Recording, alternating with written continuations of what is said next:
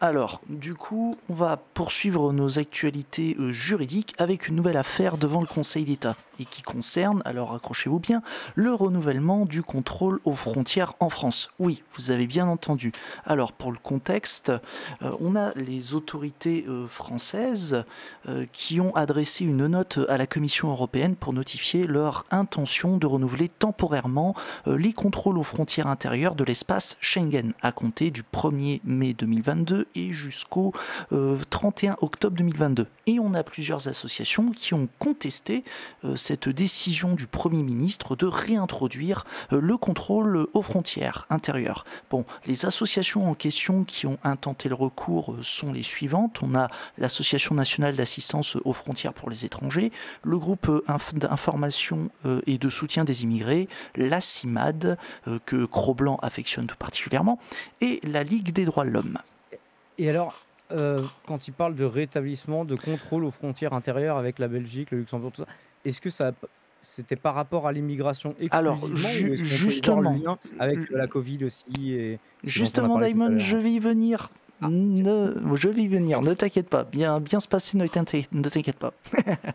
Alors, du coup, les associations en fait en question, elles ont intenté je vais y venir après, mais là, je vais dérouler la procédure, les faits, et justement, on va y venir aux raisons qui ont poussé le Premier ministre à réintroduire le contrôle aux frontières.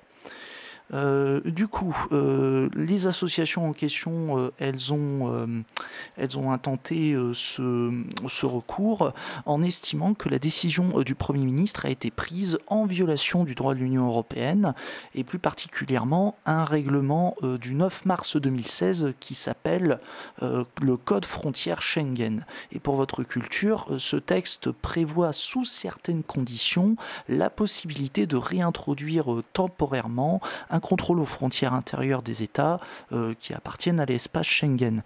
Et dans sa décision, le Conseil d'État rappelle que le Code frontière Schengen prévoit que la réintroduction des contrôles aux frontières au sein de l'espace Schengen, ça ne peut pas excéder plus de 6 mois. Par contre, la haute juridiction, donc le Conseil d'État, précise qu'en cas de menaces nouvelles graves pour l'ordre public et la sécurité intérieure, le contrôle aux frontières peut être renouvelé pour une nouvelle période d'une durée maximale de 6 mois.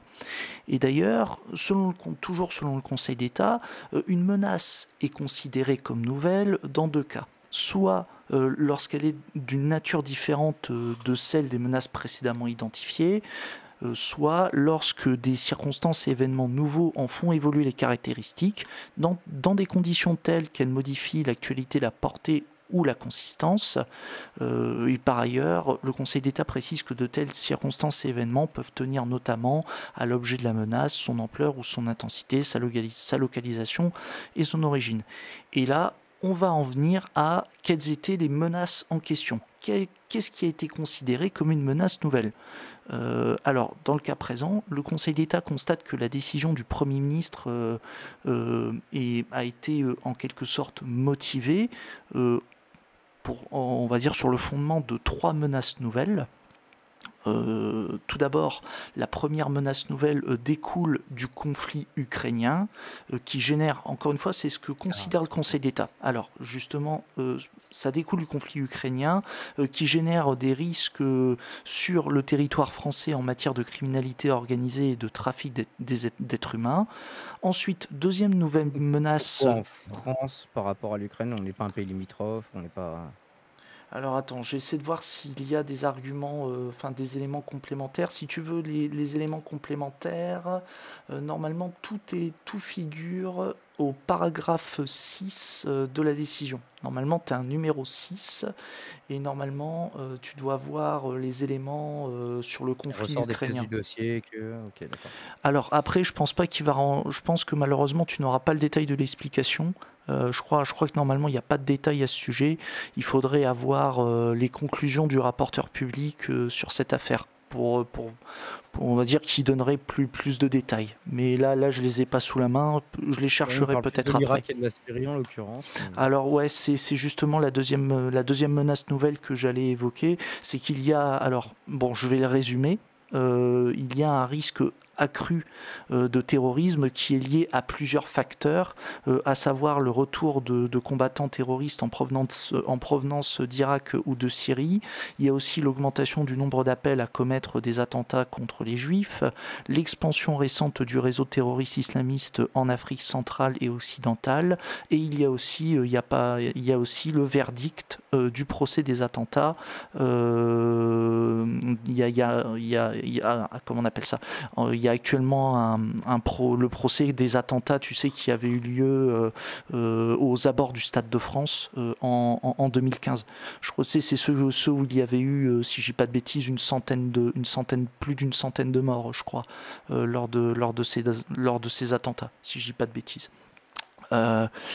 Et du coup, dernière menace nouvelle que le Conseil d'État a identifiée dans la motivation de la décision du Premier ministre, c'est celle qui découle justement, c'est ce que tu avais pré-shot, c'est la pandémie de Covid-19 qui se traduit. Du coup, la menace, elle est nouvelle.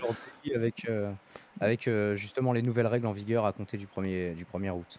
Puis surtout aussi, il y a le fait qu'il peut y avoir, il y avait l'arrivée des nouveaux variants dominants, dont le niveau de transmissibilité est particulièrement élevé, pour lesquels, alors encore une fois, c'est le Conseil d'État qui le mentionne, pour lesquels l'efficacité des vaccins est moindre. Par contre, et là c'est une grosse connerie qu'a fait le Premier ministre, mais pour autant, spoiler alerte, ça va pas entraîner l'annulation de la décision, mais le Premier ministre avait fait une justification en carton, selon le Conseil d'État. Pour lui, on va dire, il n'y a pas de menace, enfin, on peut pas considérer qu'il fallait rétablir le contrôle aux frontières en raison des mouvements secondaires de migrants. Pour le Conseil d'État, le fait qu'il y ait des mouvements secondaires de migrants, c'est pas une menace nouvelle. Donc ça pouvait pas servir de justification au rétablissement du contrôle aux frontières.